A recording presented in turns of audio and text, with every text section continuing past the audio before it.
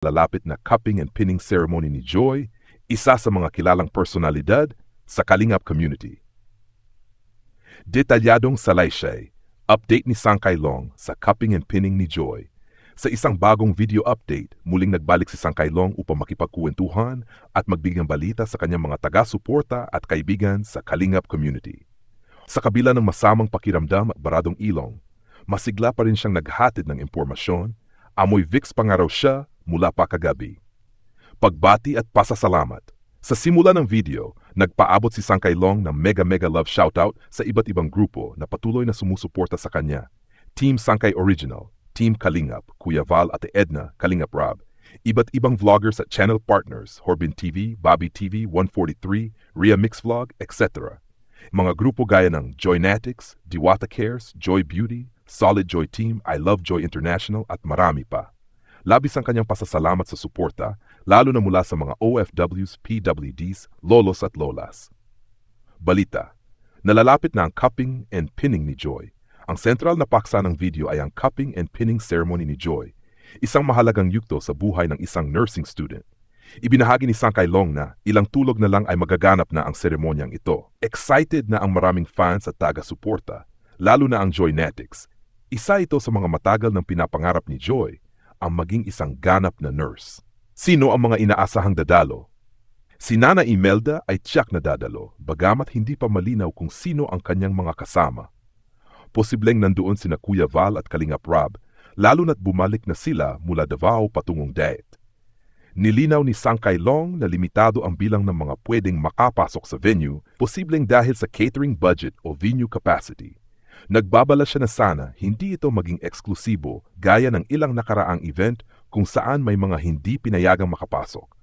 Iminungkahi niya na sana lahat ay invited at walang maiwan, basta sumunod sa dress code o patakaran. Live streaming at updates.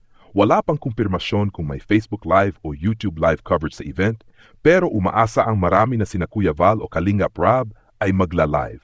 May mga nagtataka rin kung bakit walang masyadong vlog update kay Joy nitong mga nakaraang linggo.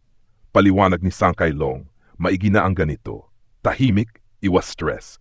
Sa ngayon, tanging ang mga malapit sa kanya lang ang may alam kung ano ang nangyayari kay Joy sa pamamagitan ng Facebook account nito. Pagmamahal at pag-asa. Ipinapahayag ni Sangkay Long ang kanyang hangad na sana ay pinayagan si Joy na magkaroon ng sariling YouTube channel upang masundan ng mga tagahanga ang kanyang journey.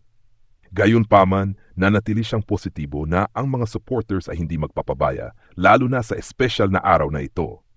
Pagtatapos ng video, sa pagtatapos, nagpaalala si Sangkay Long na mag-subscribe, i-click ang notification bell at i-share ang video. Nagpaalam siya ng may mensahe ng pag-ingat at pagmamahal para sa lahat ng kanyang mga sangkay at kalingap. Buod ang video na ito ay isang mainit, personal at makataong update mula kay Sangkay Long tungkol sa nalalapit na cupping and pinning ni Joy. Sa kabila ng kawalan ng detalye sa venue at programa, dama ang pananabik at pagmamahal ng buong komunidad para sa isa sa kanilang pinakamahal na miyembro. Isa itong patunay kung paano ang suporta at pagkakaisa ng mga grupong gaya ng Kalingap Watchers at Joynatics ay patuloy na buhay at matibay. Lapit na cupping and pinning ceremony ni Joy at updates sa Kalingap community. Intro at pagbati. Binuksan ni Sangkay Long ang video sa isang mainit na pagbati sa lahat ng kanyang viewers. Team Sangkay, Team Kalingap, Original Team Sangkay, sponsors at sa mga OUs, senior citizens at PWDs. Nabanggit niyang masama ang kanyang pakiramdam, barado ang ilong at may sipon, at umaasa siyang nasa maayos na kalagayan ang lahat ng manonood. Nagbigay siya ng mega love shoutout sa maraming vloggers at supporters, gaya nina Horbin TV, Bobby TV, 43 Mix Vlog, Tuyoy Joy, Simpleng Buhay Vlog, etc. Mga support groups tulad ng Joynatics, Joy Solid, I Love Joy International, Joy Diwata Team Europe, at iba pa. Main update, nalalapit na cupping and pinning ni Joy. Excited si Sangkay Long at ang mga Joynatics sa nalalapit na cupping and pinning ceremony ni Joy. Ilang tulog na lang daw at magaganap na ang event, isa ito sa mga pangarap ni Joy bilang nursing student. Inaasahan na darating sa event si Nanay Imelda, ina ni Joy. Ngunit hindi pa tiyak kung sino ang iba pang kasama niya sa loob ng venue. Limited ang guests sa mismong ceremony dahil sa restrictions ng venue, posibleng dahil sa catering o capacity, kaya maaring may dress code o listahan ng invited guests lamang. Naalala rin ni Sangkay Long na may issue noon na piling tao lang ang pinapasok, kaya nagpaalala siyang sana ay lahat ay maging welcome. Sino ang expected na dadalo? Hindi pa klaro kung sino ang invited, pero posibleng sina Kuya Val at Kalingap Rob ay makakadalo na dahil nasa diet na sila noong una, sabi ay nasa Davao sila at baka hindi makapunta. Walang specific na detalye si Sangkay Long tungkol sa venue, oras at programa ng event. Mga sentimiento tungkol kay Joy. Wala raw masyadong updates kay Joy nitong mga nakaraang araw at walang vlog content tungkol sa kanya. Mas tahimik na raw ang kanyang buhay na sa tingin ni Sangkay ay mas mabuti para iwas stress. Ayon kay Sangkay, mas maganda sana kung may YouTube channel si Joy para may regular updates. May ilang grupo lang ang may access sa Facebook account ni Joy, kaya hindi lahat ng supporters ay updated. Pagtatapos, ang video ay hindi reaction kundi isang informative update o chika tungkol sa event at kay Joy. Inanyayahan ni Sangkay ang mga viewers na mag-abang kung may magla-live sa cupping and pinning ni Joy.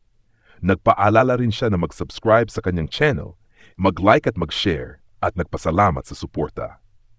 Buod ng tema, ang video ay isang supportive at enthusiastic update para sa nalalapit na cupping and pinning ceremony ni Joy. Ipakita dito ang pag-aabang ng Kalingap community, lalo na ng mga Joynetics sa milestone ni Joy bilang nursing student. Nagbigay rin si Sangkay ng kanyang saloobin sa mas tahimik na presensya ni Joy online at hinimok ang komunidad na manatiling supportive sa kanya. Detalyadong salaysay, update ni Sangkay Long sa cupping and pinning ni Joy. Sa isang bagong video update, muling nagbalik si Sangkay Long upang makipagkuwentuhan at magbigay balita sa kanyang mga taga-suporta at kaibigan sa Kalingap community. Sa kabila ng masamang pakiramdam at baradong ilong, masigla pa rin siyang naghatid ng impormasyon, amoy Vicks pa nga raw siya mula pa kagabi. Pagbati at pasasalamat. Sa simula ng video, nagpaabot si Sangkay Long ng mega love shoutout sa iba't ibang grupo na patuloy na sumusuporta sa kanya. Team Sangkay Original, Team Kalingap, Kuya Val at Edna, Kalingap Rob, iba't ibang vloggers at channel partners, Horbin TV, Bobby TV, 143, Rhea Mix Vlog, etc. Mga grupo gaya ng Joynetics, Diwata Cares, Joy Beauty, Solid Joy Team, I Love Joy International at marami pa. Labis ang kanyang pasasalamat sa suporta, lalo na mula sa mga OFWs, PWDs, lolos at lolas. Balita, nalalapit na ang cupping and pinning ni Joy. Ang sentral na paksa ng video ay ang cupping and pinning ceremony ni Joy, isang mahalagang yugto sa buhay ng isang nursing student. Ibinahagi ni Sangkay Long na ilang tulog na lang ay magaganap na ang seremonyang ito. Excited na ang maraming